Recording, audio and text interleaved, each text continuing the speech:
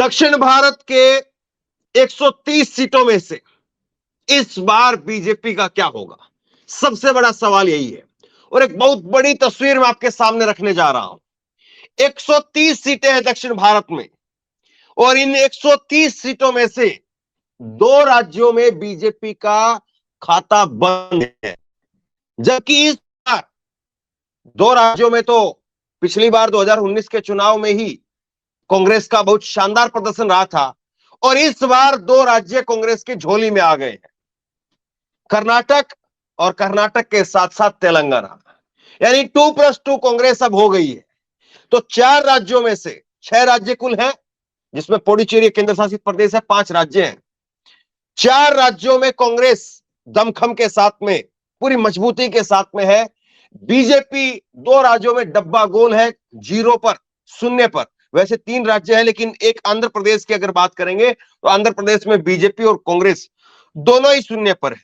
लेकिन अगर आंध्र प्रदेश, कर्नाटका, तमिलनाडु, केरला, पुडुचेरी, इनकी अगर आप बात करेंगे तो इन राज्यों की 130 सीटों में से इस बार किसका क्या होगा, यह गणित मैं आपके सामने रखने जा रहा हूं। और यह गणित अपने आप में बहुत खास है।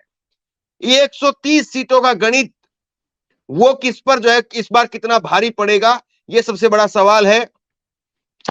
अगर दक्षिण भारत की बात करें तो यहां पर 6 राज्यों में से 130 सीटें हैं, और 130 सीटों में से फिलहाल बीजेपी के पास में 29 सीटें हैं। 29 सीटें यहां पर बीजेपी के पास में है। 7 राज्यसभा के सांसद हैं, इसके अलावा 77 बीजेपी के विधायक हैं इन 6 राज्यों में से। 2019 के लोकसभा चुनाव में बीजेपी को बंपर जीत मिली, लेकिन बीजेपी का कई राज्यों में खाता तक नहीं खुल पाया। कर्नाटका, इसको लेकर के एक अपवाद है। कर्नाटका में बीजेपी की सरकार भी चली, और कर्नाटका में यह कहा जाता कि दक्षिण का द्वार है बीजेपी के लिए, कर्नाटका दक्षिण का द्वार है। तो कर्नाटका को छोड़ दे तो यहां पर 28 में से 25 सीटें बीजेपी को मिली, लेकिन 130 में से जो 29 सीट कुल बीजेपी को मिली है, वो केवल और केवल कर्नाटका की इन 25 सीटों के बदौलत है। बाकी के राज्यों में तो सुपड़ा साफ है। विधायकों की बात करें तो तमिलनाडु में 4 विधायक हैं, कर्नाटक में 65 विधायक हैं, और तेलंगाना में अब 8 बने हैं, पहले सिर्फ 1 था। ये स्थिति है। कांग्रेस की अगर बात करेंगे तो कांग्रेस के 27 लोकसभा और 7 राज्यसभा के सांसद हैं। इसके अलावा 239 विधायक हैं। बीजेपी के जहां पर 77 विधायक थे, यहां पर कांग्रेस के 239 विधायक हैं। तमिलनाडु में कांग्रेस, तमिलनाडु विधानसभा के अंदर कांग्रेस की केरल में 21 सीटें हैं, तमिलनाडु में 18 सीटें हैं, कर्नाटका में 136 सीट है, और तेलंगाना में अभी अभी 64 सीट मिली है। तो यह स्थिति है जहां पर बीजेपी के लिए अगर आप बात करेंगे तो ये 6 राज्यों में से इस बार बीजेपी के लिए बड़ी कांटे की सुई जो है वो अटकी हुई है, और बीजेपी इस बार क्या कुछ करेगी, वो सबसे बड़ा सवाल है। अब अगर राज्यवार अगर बात करते हैं तो केरल की अगर बात की जाए, केरल से शुरुआत करते हैं। केरल, तमिलनाडु, आंध्रा, कर्नाटका, एक एक करके पूरे राज्यों की मैं आपके सामने स्थिति रखूंगा। केरल की बात करेंगे तो केरल में 120 लोकसभा की सीटें हैं, 9 राज्यसभा की सीटें हैं, 140 विधानसभा की सीटें हैं। यहां पर बीजेपी का एक भी सांसद विधायक नहीं है, जिसको कहते हैं 0/0, शून्य, डबल जीरो।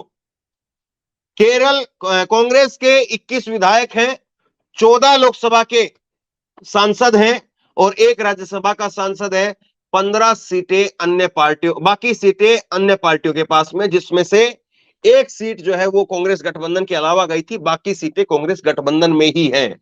यानी अगर केरल की 20 सीटें कुल हैं तो 20 में से 19 सीटें कांग्रेस गठबंधन में आई थी, जिसमें से कांग्रेस के पास में 14 सीटें आई थी, 15 सीटें, 1 राज्यसभा जो है वो अलग है। खैर, अब इसके बाद दूसरा राज्य तमिलनाडु। तमिलनाडु की बात करेंगे तो तमिलनाडु में 39 लोकसभा की सीटें हैं, 18 राज्यसभा की सीटें हैं, और 234 विधानसभा सीट है। 39 लोकसभा, 18 राज्यसभा और 234 विधानसभा, ये तमिलनाडु का गणित है। यहां पर बीजेपी के सिर्फ 4 विधायक हैं, कांग्रेस के 18 विधायक हैं। 8 लोकसभा में कांग्रेस के सदस्य हैं और 1 राज्यसभा के अंदर से सदस्य हैं। कांग्रेस यहां पर डीएमके के साथ में इंडिया गठबंधन में है। दूसरा, इसके बाद बात करेंगे तो आंध्र प्रदेश। आंध्र प्रदेश की बात करेंगे तो आंध्र प्रदेश में 25 लोकसभा की सीटें हैं, 11 राज्यसभा की सीटें हैं, 175 विधानसभा की सीटें हैं। बीजेपी के पास में सिर्फ 1 राज्यसभा का सांसद है, जबकि कांग्रेस का किसी सदन में कोई सदस्य नहीं है। बाकी सीटें दूसरे पार्टी के पास में है। और यहां पर आंध्र प्रदेश में कुल 25 सीटें हैं। 25 में से YSRCPC के पास में, जो जगन मोहन रेड्डी की पार्टी है, पंखा चुनाव चिन्ह है, वहां पर उनके पास में 22 सीटें हैं। और टीडीपी के पास में 3 सीटें हैं। चंद्रबाबू नायडू की पार्टी टीडीपी के पास में 3 सीटें यहां पर हैं। और ये जो है 25 सीटों का लेखा जोखा, जिसमें बीजेपी और कांग्रेस तमिलनाडु में शून्य पर है। आगे अगर बात करते हैं हम, तो इसके बाद में आंध्रा के बाद में दूसरा राज्य दक्षिण भारत का कर्नाटका, जहां पर बीजेपी की सरकार को टाटा बाय बाय कह करके कांग्रेस ने प्रचंड बहुमत की सरकार बनाई। डीके शिवकुमार, सिद्धरमैया, यहां पर 2 कांग्रेस के बड़े चेहरे हैं। कर्नाटक में 28 लोकसभा की सीट है, 12 राज्यसभा की सीट है, 224 विधानसभा की सीटें हैं। यहां पर बीजेपी के 25 सांसद हैं, अब 65 विधायक हैं और 6 राज्यसभा के सदस्य हैं। कांग्रेस की बात करेंगे तो कांग्रेस 136 कांग्रेस के विधायक हैं, 1 लोकसभा और 5 राज्यसभा के सदस्य हैं। ये जो है वो कर्नाटक की स्थिति है। और कर्नाटक में इस बार जब विधानसभा के अंदर पूरी तरह से पंजा लहरा गया है, कांग्रेस की बल्ले बल्ले हुई है, तो कांग्रेस इस बार विधानसभा के बाद में अब लोकसभा में भी देख रही है कि उसकी बल्ले बल्ले होगी। अब कितना होगा ये वक्त बताएगा। इसके बाद कर्नाटक के बाद में बात करें अगर हम दूसरे राज्य की, तो इसके बाद में जो है वो तेलंगाना की बात करिए। और तेलंगाना में 17 लोकसभा की सीटें हैं, 17 लोकसभा की सीटें हैं, 7 राज्यसभा और 119 विधानसभा की सीटें हैं। यहां पर बीजेपी के 4 सांसद हैं, 8 विधायक हैं। कांग्रेस के 64 विधायक हैं और 3 लोकसभा के सदस्य हैं। यहां दोनों पार्टियों के पास में राज्यसभा के अंदर सदस्य नहीं है तेलंगाना में। लेकिन इस बार रेवंत रेड्डी वहां पर सीएम बने हैं। और रेवंत रेड्डी जब सीएम बने हैं तो आप समझ ही सकते हैं कि अब तस्वीर वहां पर किस तरह की होगी। तो ये तेलंगाना का लेखा जोखा है। और तेलंगाना के बाद में अगर हम बात करें दक्षिण भारत के,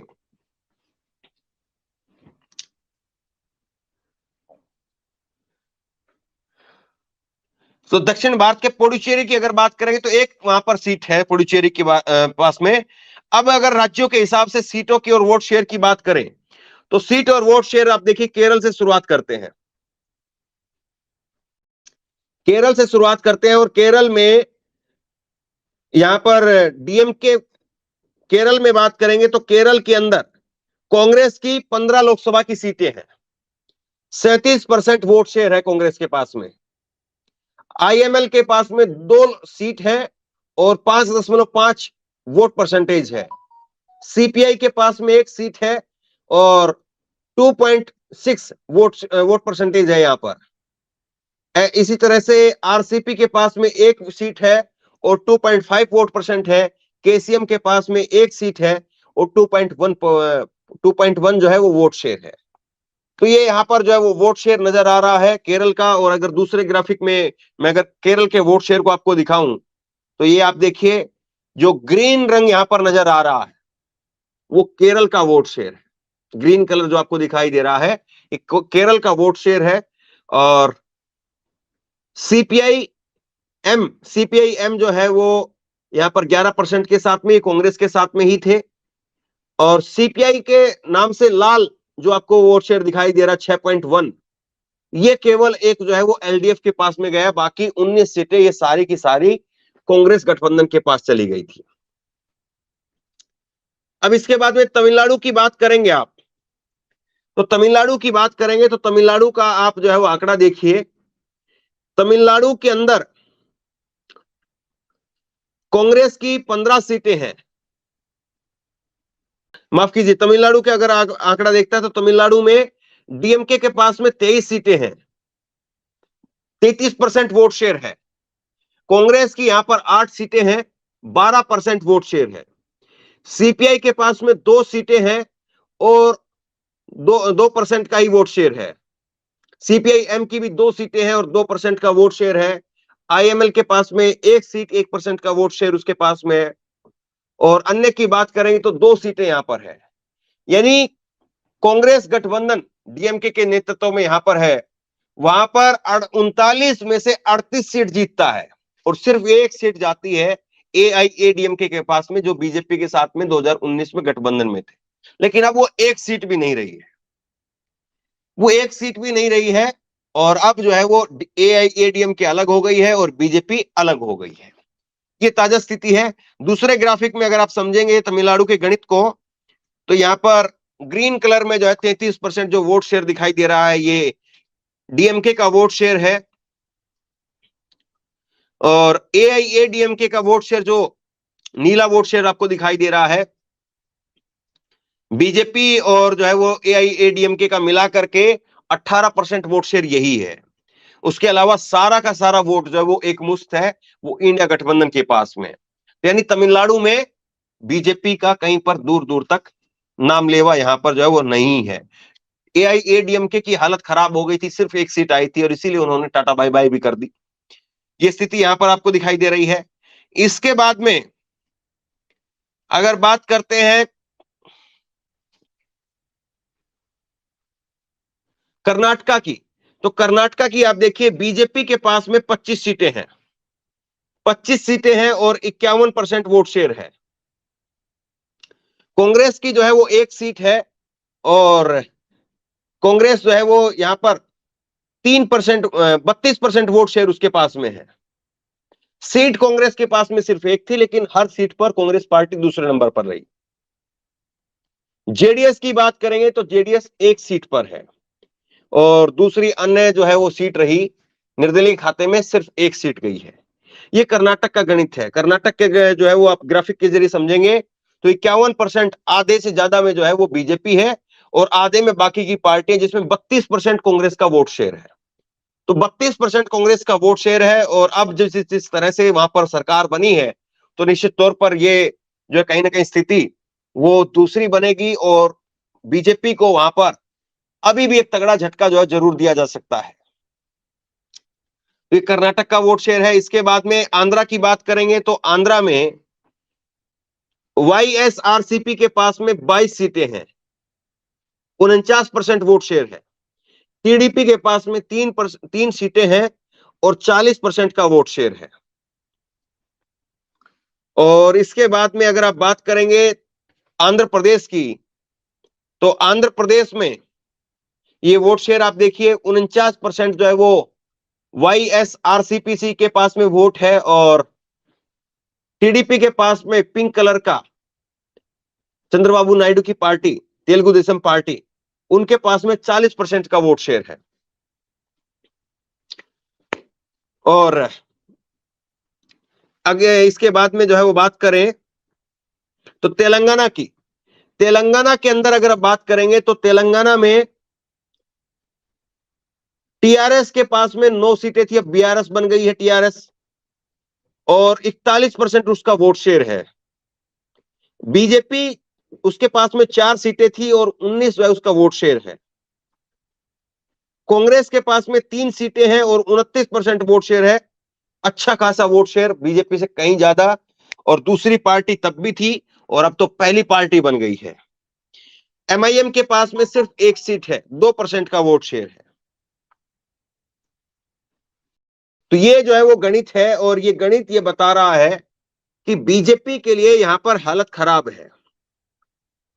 बीजेपी के लिए यहां पर हालत खराब है और बीजेपी किस तरह से जो है वो यहां पर आगे निकलती है, वो जरा देखने वाली बात है। एक बार जरा फिर से एक ग्राफिक दिखाइए और मैं आपको थोड़ा सा मोटे तौर पर समझाता हूं। 130 सीटों की बात करेंगे, 130 सीटों की अगर आप बात करेंगे तो 130 सीटों में से 130 सीटों में से 29 सीट पिछली बार बीजेपी के पास गई थी, और 29 में से इस बार कर्नाटक में हालत खराब हो चुकी है। देखिए, आप केरला को भूल जाइए, आप तमिलनाडु को भूल जाइए। केरला और तमिलनाडु और आंध्र प्रदेश, तीन राज्य जहां पर बीजेपी का कुछ नहीं है।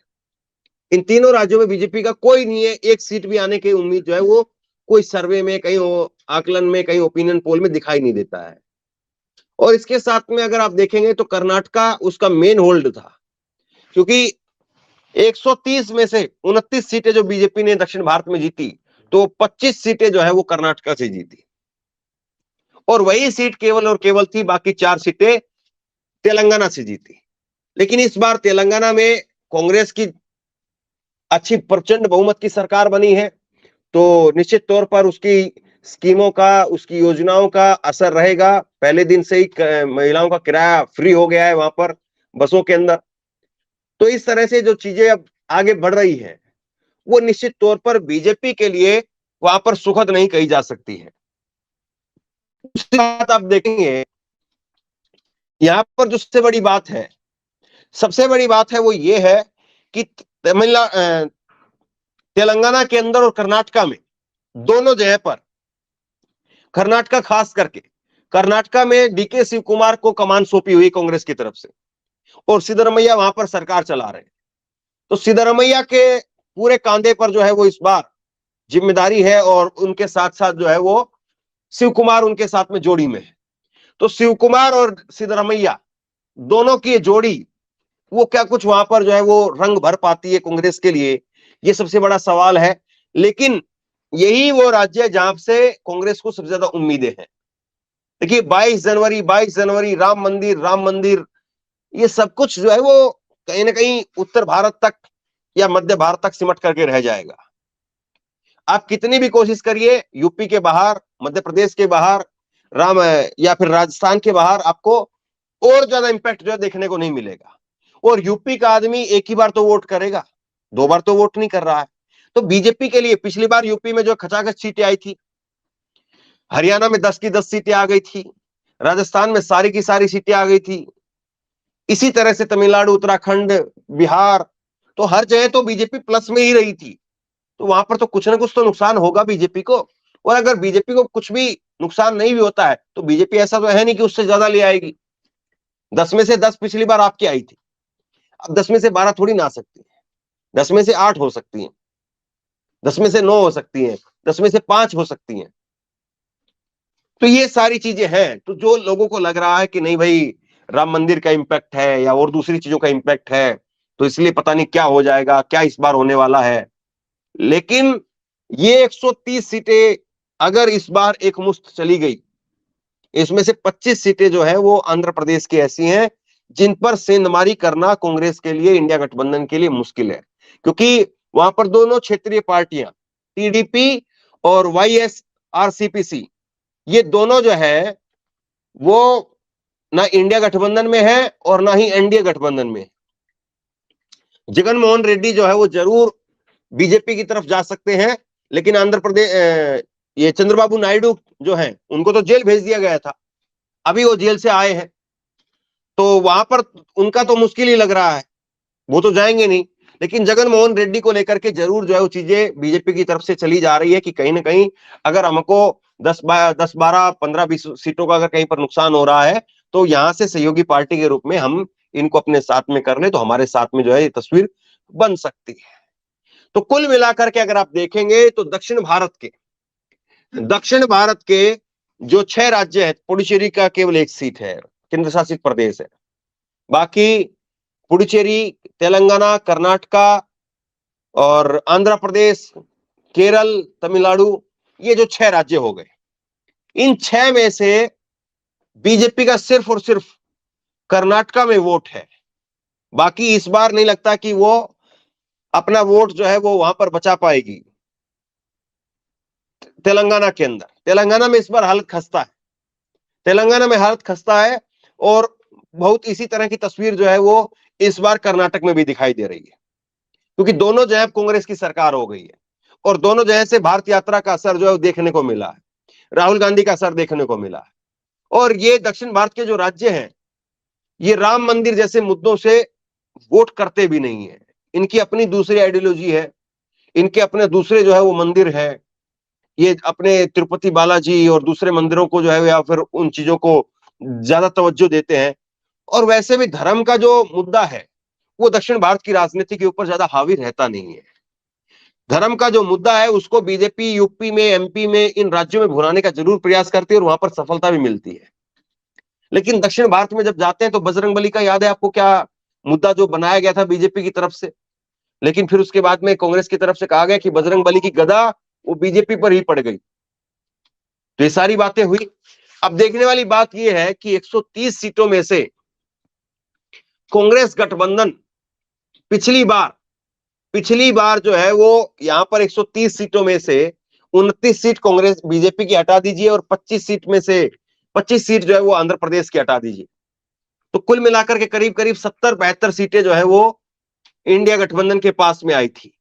अब यहां पर अगर इंडिया गठबंधन अपनी 15-20 सीटों पर स्थिति अगर और सुधार लेता है तो 100 सीटों के आसपास तक यहां पर पहुंचने में कोई ज्यादा दिक्कत नहीं होगी।